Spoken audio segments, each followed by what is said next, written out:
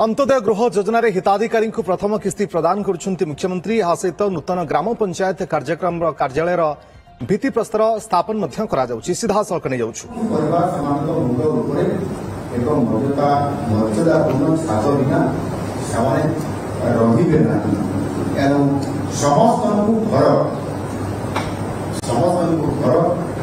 प्रदान करने माननीय प्रधानमंत्री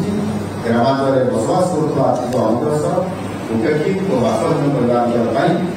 एक सुरक्षित मर्यादापूर्ण और स्थायी घर निर्माण सपन आज यशस्वी प्रधानमंत्री मार्गदर्शन द्वारा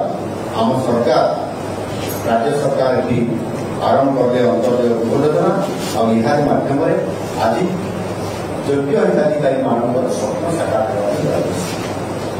आम सरकार यही योजना को गत 30 मार्च 2025 शुभारंभ करते 2024-25 आर्थिक वर्ष 27-28 आर्थिक वर्ष पर्यंत योजना राज्य सरकार बजेट रे 7,550 कोटी टंका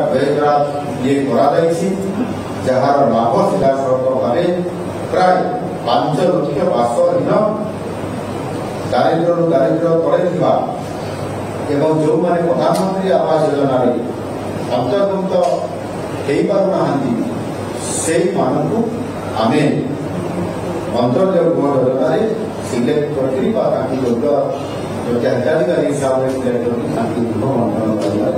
ये सुविधा आज सरकार आज ये विभाग माध्यम ये गृह निर्माण निमंते हिताधिकारी मान 3 किस्ती 1,20,000 टंका सरकार आसी ये प्रदान करे आगे कहूँ आम हिताधिकारी प्रश्न पचारूँ से भोट दूसरे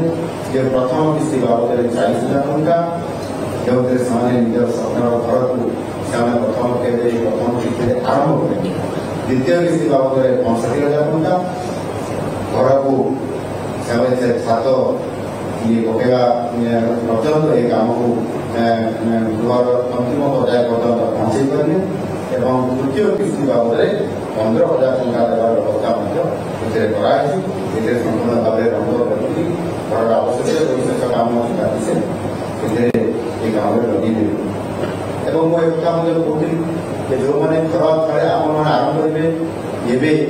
ये दीपावली काली पूजा ये समय आप काम आरंभ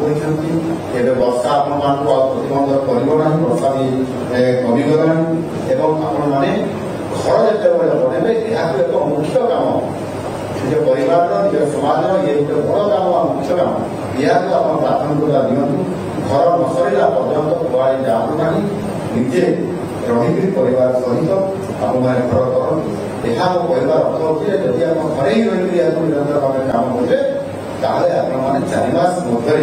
घर निर्माण काम आप शेष कर आवश्यक साहय आम ब्लक प्रशासन साहय द्वारा आप 20,000 टंका घर आप बोनस पाइपर अधिक टंका पाइबे अर्थात 1,20,000 जो घर एस्टिमेट आप बोनस हिसाब से आउ 20,000 टंका दिया जो घर मूल्य आप अर्थ पाइबे 1,40,000।